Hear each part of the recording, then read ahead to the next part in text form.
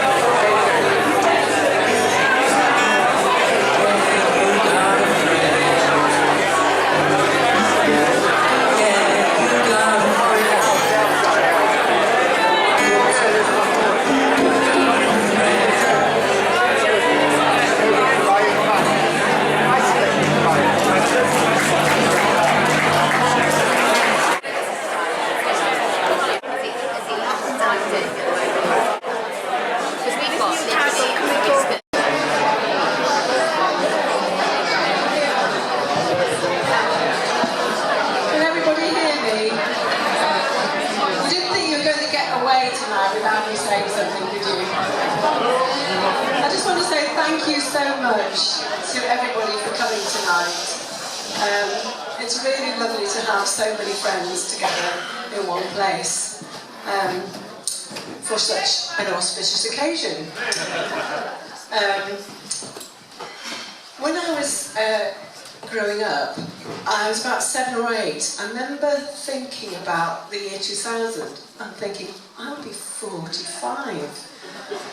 Oh, wouldn't it be nice to be 45? Because now, I think my head tells me that I'm really just 30, and my body tells me that actually I'm 90. So I suppose 60 is somewhere in the middle, isn't it? We've been in Heswall 11 years now, isn't that amazing? And we've made lots of lovely friends, and we really like being back in the Northwest. And we've also got lovely friends from Leeds who've come to join us tonight. But as you know, I was born in Chester, in a funny little nursing home overlooking the Rue D. When I say funny, it's because the night I was born, our dog got into the nursing home, found his way into the bedroom below and slept on the bed all night. And that began a long line of crazy dogs in our family. And as some of you know, we sadly lost our dear Rio a couple of weeks ago. But I remember when Rio was a puppy, and he'd just eaten another pile of Becky's best knickers. We were discussing him, and I said, I don't know why we always pick these crazy dogs. And she said, Mum, don't you think there's a common denominator here? I think the dogs start off normal. But I know I was very privileged to grow up in a lovely place and in a loving home with 2 parents and always food on the table, because life has taught me since that time that not many children in this world actually have that privilege. And I'm very blessed to have a wonderful husband who's put up with me for about 3/4 of those 60 years. And he had to put up with me again last night when I spilled water on my new iPhone, having dropped the previous one down the toilet. So he's very long-suffering. And we have 3 wonderful children, and they're all married to 3 lovely people that we've really enjoyed having in our family. And the grandchildren just keep coming. So I have to get another birthday book, I think. Many of you know that when we went up to university, John and I met Jesus in a very real way, and that encounter has really influenced and shaped the last 4 decades of our lives. About 20 years ago, we founded a charity called New Hope. And in fact, some of our original trustees are here with us tonight from Leeds. They made that perilous journey across the Pennines from that funny place called Yorkshire. But working with our charity, we've been abroad, I don't know how many times, to various continents. South America, the Philippines and Africa, and in all of those places we've been humbled by the people that we've met there and worked with, and we go out thinking we're going to do something worthwhile and actually come back feeling greatly blessed by the people that we get to meet. So what I'm really trying to say tonight is an explanation of why I said I didn't want any gifts. Because, you know, when you get to this large age, you really have more possessions than you need, and the problem is you can't find the ones you've got. And it's usually my glasses that I can't find. So we really wanted to do something more, and many of you have already given very generously already. But I just want to tell you a little bit more detail about what I want to do with the money. Some of you really supported our Congo project to get the health centre underway, and that's in the outcome of the ball, and there's been many gifts since. James, our son, has been pushing that through, and we hope that when we go back in October that health centre will be built and that we'll be able to actually work in it. But last October, when we went out to scope the land in Congo, we also spent a number of days in western Uganda. And this is where Tracy and I were working. This is a small town. This is the church and the school attached to it. And this lovely pastor looks after about 20 churches, but he built the school and has been getting it going for a few years. Early last year he came to us and said, I can't pay all my teachers, the government are insisting on a certain ratio. We have mostly done medical care over the last 20 years, but the more we've gone on, we've realised that it isn't just about medicines. Health is about sanitation, clean water and education. And we've strayed into all of those areas over the years. But we really felt it was right to support the work in that school, and we've been doing that. We had a nice time with the children when we were there in October, and the problem predominantly for the school is that half of his 45 pupils are AIDS orphans and can't afford to pay anything towards the running costs. Soon after we were there, the Ugandan government came back and in their wisdom decided that they would slap a closure notice on the school because they said the lavatories and the tin classrooms were inadequate.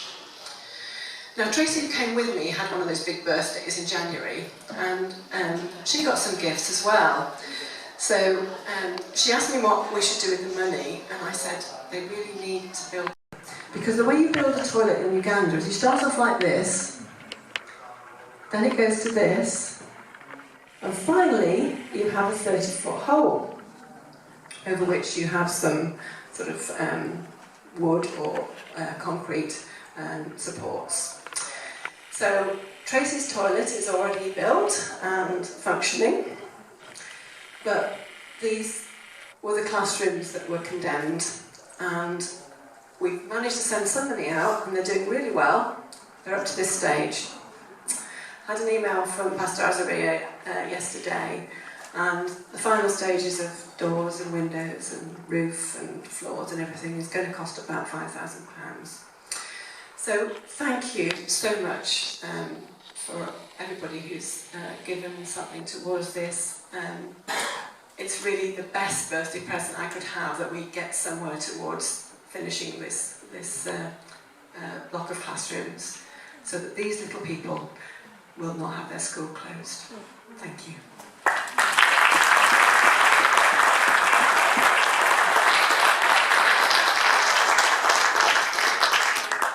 And finally, just to say a big thank you to my lovely band, and they've been in this configuration. They've just been together for a very short while, so they've done really well in such a short time. And they are now available for hire. So if you have a function coming up, I'm the manager, and come and talk to me.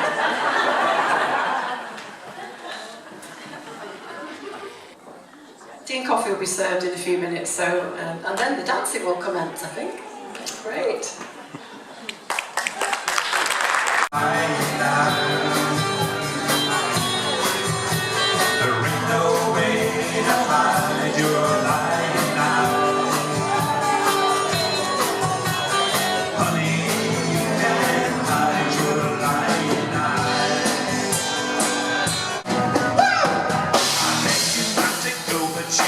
Say goodbye.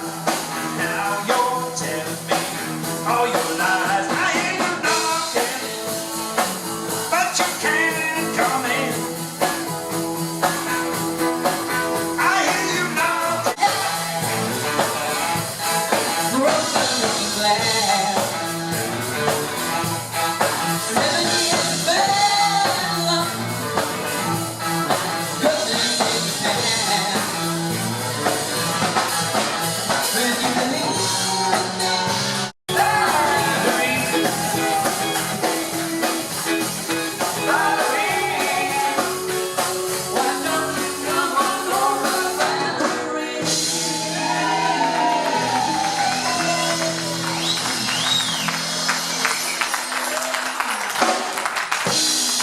Once again, happy birthday, Myra.